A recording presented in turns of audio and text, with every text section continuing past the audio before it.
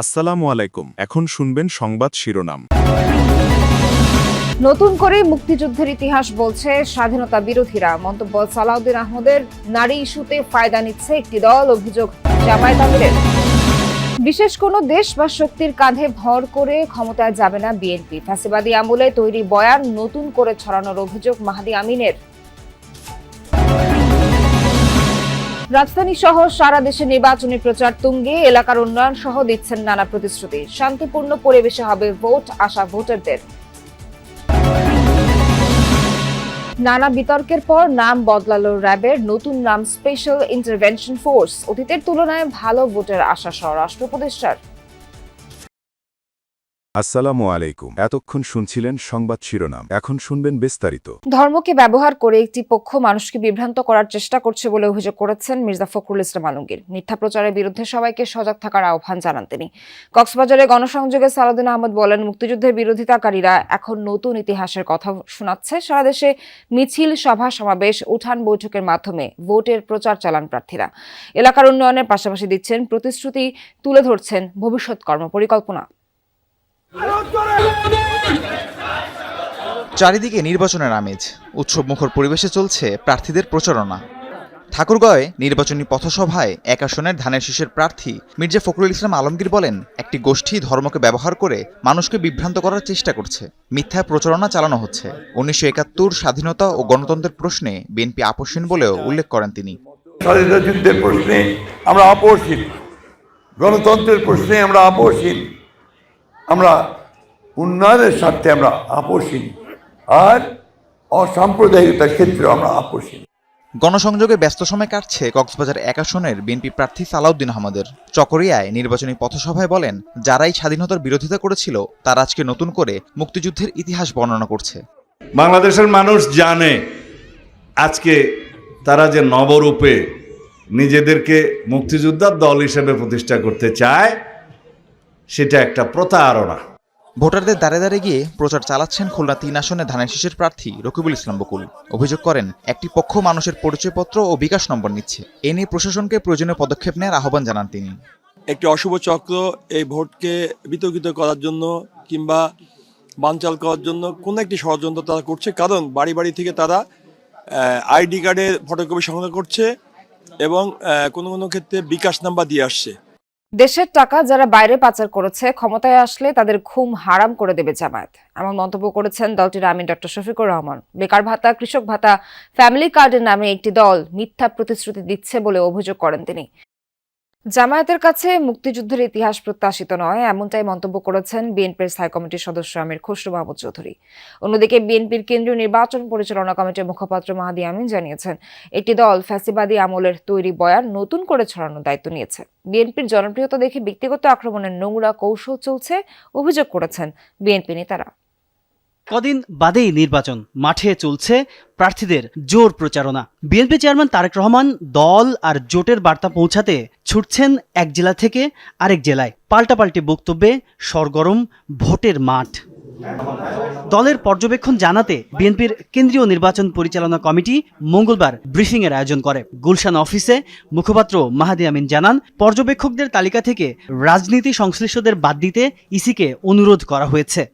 নির্বাচনী কাজে Bangladesh national cadet corps অর্থাৎ বিএনসিসির ক্যাডারদের মোতায়েন করার একটি সিদ্ধান্ত আমরা দেখেছি, যাতে আমরা উদ্বিগ্ন। কেননা কলেজ ও বিশ্ববিদ্যালয় পড়ুয়া বিএনসিসি ক্যাডেটদের অনেকেই কোনো না কোনো রাজনৈতিক দল বা মতাদর্শের সাথে জড়িত থাকেন। নিজ এলাকার জন্য কি করতে চান তার ফিরিস্তি তুলে ধরে ভোটারদের আকর্ষণ করছেন প্রার্থীরা। ভোটাররাও ভেবে দেখছেন কার মার্কায় সিল দিলে হবে উন্নয়ন। বলছেন, শুধু আশার বাণী নয়, বাস্তবে জনগণের জন্য কাজ করলেই থাকবে ইশতেহারের মান। কেউ কথা না রাখার শহরে ইশতেহারের ফুলঝুরি। ভোটারদের মন জোগাতে ঘরে বাইরে প্রার্থীদের এই ব্যস্ততা এখন দিনরাত। সকালে গুলিস্তান এলাকায় গণসংযোগ করেন ঢাকা ৮ আসনে বিএনপির প্রার্থী মির্জা আব্বাস। নিজ এলাকার উন্নয়নের প্রতিশ্রুতি জানিয়ে তিনি বলেন, নতুন প্রার্থীদের কথাই ইলেকশন ইঞ্জিনিয়ারিং এর ইঙ্গিত পাওয়া যাচ্ছে। একটা কথা বলি, জনগণ বুঝে ফেলেছে, জনগণ জানে চুলার মুখ থেকে ছাই বের হয়, চুলার মুখ থেকে কখনো সোনা বের হয় না। ভোটাররা বলছেন, আইন শৃঙ্খলা পরিস্থিতি নিয়ন্ত্রণ আর মাদক নির্মূলে কাজ করবে যে তার বাক্সেই যাবে ভোট। তাহলে বাবা আমরা খাই রিক্সা চলে আপনাদের কোনটা ভোট দিতেই চাই না ভোটটা না পছন্দ করতে চাই কিন্তু আমাদের পাশে পল্লবী এলাকায় গণসংযোগ করেন ঢাকা 16 আসনের বিএনপির প্রার্থী আমিনুল হক। অভিযোগ করেন জামায়াতে ইসলামীর নেতারা অপপ্রচার চালিয়ে নির্বাচনী পরিবেশ অস্থির করার চেষ্টা করছে। ঢাকা 18 আসনে গণসংযোগ করেছেন বিএনপির আরেক প্রার্থী SM জাহাঙ্গীর হোসেন। জনগণের যখন যে সমস্যাটা সামনে আসবে আমরা সেটা নিয়ে আমরা কাজ করব। পাশাপাশি সেবাটা আমরা সিটি কর্পোরেশনের বিল আমরা ট্যাক্স দিচ্ছি, অথচ আমরা সেই সেবা পাচ্ছি না। আমরা একটি অবাধ সুষ্ঠু নিরপেক্ষ নির্বাচনের অপেক্ষা রয়েছে। এই সময় একটি দল এই ধরনের মিথ্যাচার অপপ্রচার করে বা মানুষকে বিভ্রান্তি করে একটি অস্থিতিশীল পরিবেশ তৈরি করার চেষ্টা করছে। ভোটাররা বলছেন এর আগেও উন্নয়নের প্রতিশ্রুতি শুনেছেন তারা, ভাগ্যের বদল হয়নি এতদিনেও, তারপরেও তাকিয়ে। নির্বাচনের আগে এলিট ফোর্স র্যাবের নাম পরিবর্তন করছে সরকার। নতুন নাম স্পেশাল ইন্টারভেনশন ফোর্স SIF। স্বরাষ্ট্র উপদেষ্টা জানান, এক সপ্তাহের মধ্যে নতুন পোশাক পাচ্ছে র্যাব। আর সচিব বলেছেন, র্যাব নামটি খারাপের প্রতীক ছিল। স্বরাষ্ট্র মন্ত্রণালয়ের কোর কমিটির বৈঠক শেষে এই নিয়ে সিদ্ধান্ত জানান উপদেষ্টা। এ সময় জাহাঙ্গীর আলম চৌধুরী নির্বাচনে মব হওয়ার TIBর আশঙ্কার সাথে দ্বিমত প্রকাশ করেন। পরে মার্কিন রাষ্ট্রদূতের সাথে নির্বাচনী আইন শৃঙ্খলা নিয়ে আলোচনা হয় উপদেষ্টার। আইন শৃঙ্খলা পরিস্থিতির অবনতি ও জঙ্গিবাদের উত্থানের মুখে 2004 সালের 26 মার্চ বিএনপি জামায়াত নেতৃত্বাধীন 4 দলীয় জোট সরকারের আমলে গঠিত হয় র্যাব।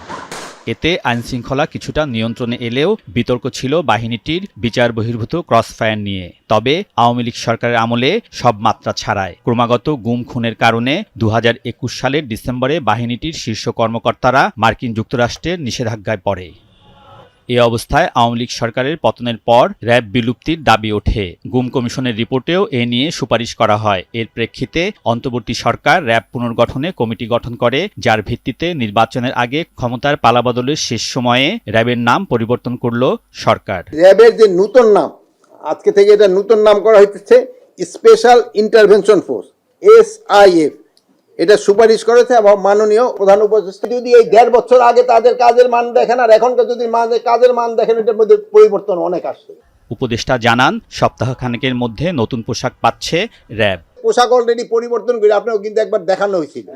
ওই পোশাকগুলি বানানো শুরু হয়েছে, হয়তো এই নেক্সট সপ্তাহে আপনি দেখবেন যে ডিজি হয়তো ওই পোশাকও গায়ে দেওয়া হয়েছে। নির্বাচনে ব্যাপক সহিংসতা ও মবের আশঙ্কা করছে বিভিন্ন সংস্থা। উপদেষ্টা জানিয়েছেন, পরিস্থিতি আগের যে কোনো ভোটের চেয়ে ভালো।